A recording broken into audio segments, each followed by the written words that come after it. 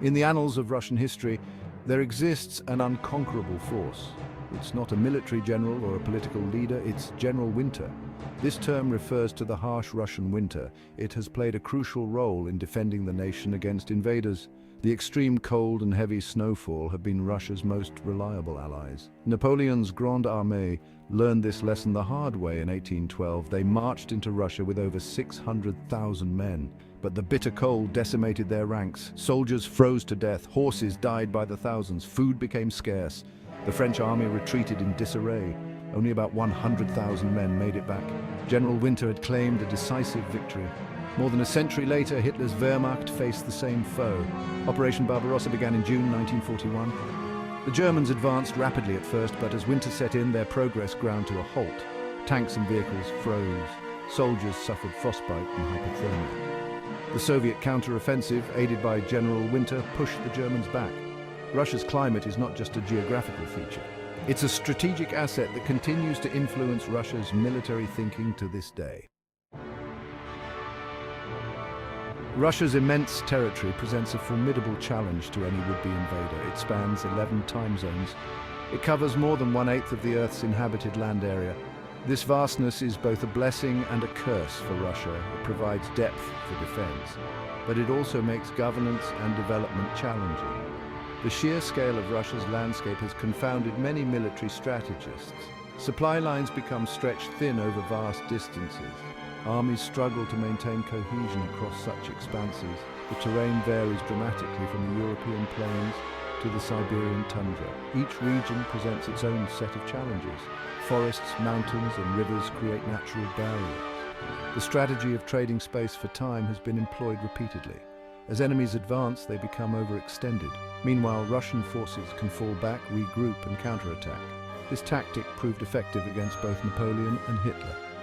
Natural resources are abundant, but often in remote areas. Infrastructure development is costly and time-consuming. The intricate power dynamics of Russian politics often mirror the epic tales of the Mahabharata. This ancient Indian epic is known for its complex characters and moral dilemmas.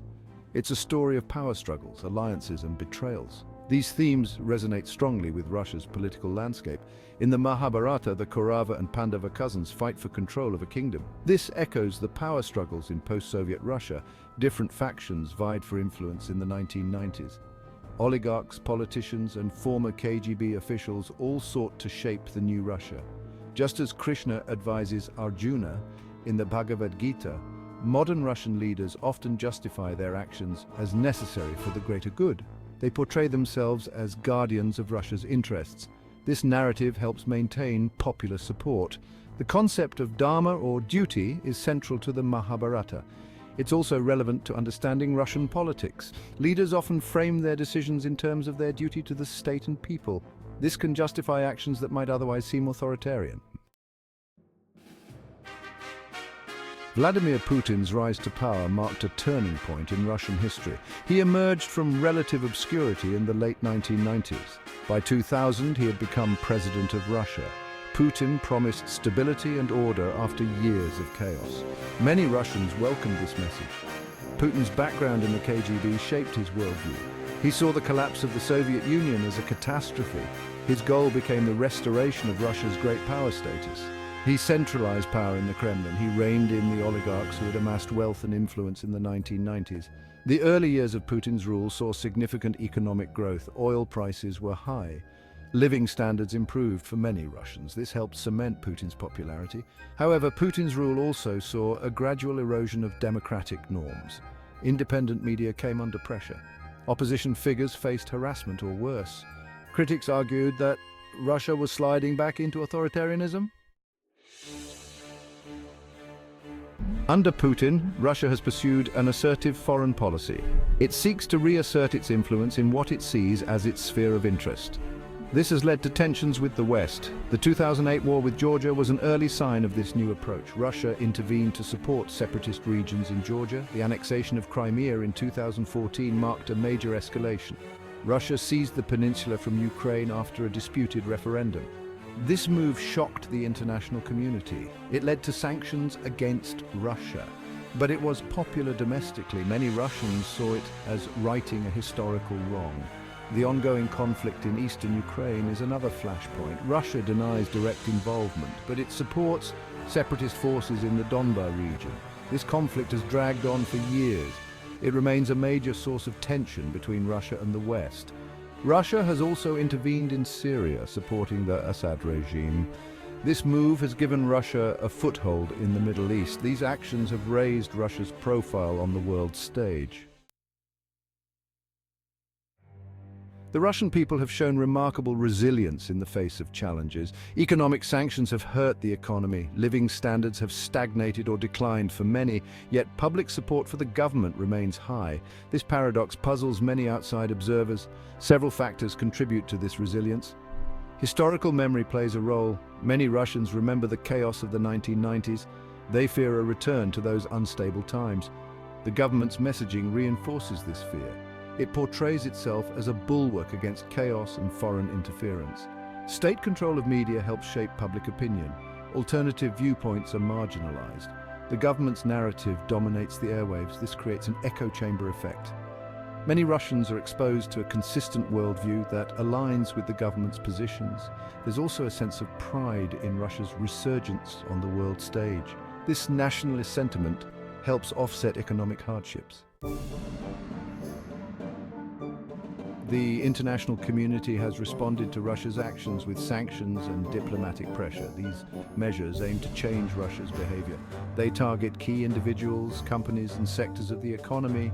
The impact has been significant but not decisive. Sanctions have hurt Russia's economy. They've limited access to Western capital and technology. Some sectors, like the oil industry, have been particularly affected. The ruble has lost value. This has increased the cost of imports and travel for Russians. However, sanctions have also had unintended consequences. They've pushed Russia to develop closer ties with China. This pivot to the east has opened new markets and sources of investment. Russia has also worked to reduce its dependence on Western technology and finance. Diplomatic tensions remain high. Russia has been excluded from the G8, now G7. Its relations with NATO are at their lowest point since the Cold War.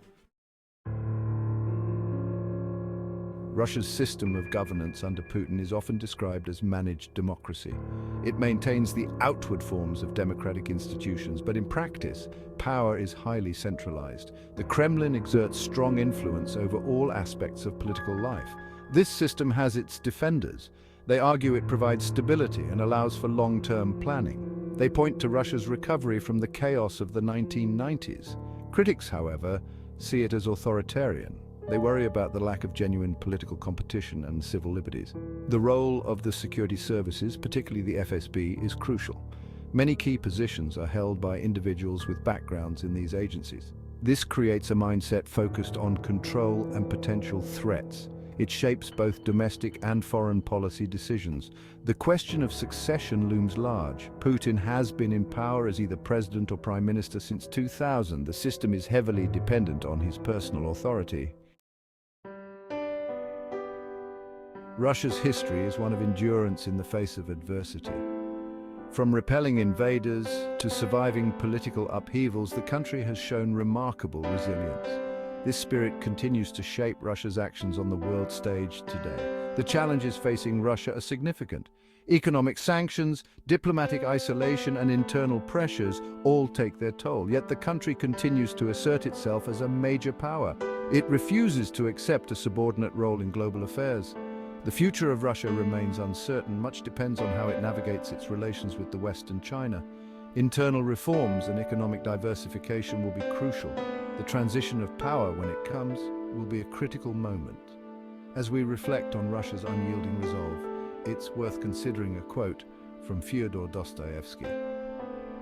The mystery of human existence lies not in just staying alive, but in finding something to live for.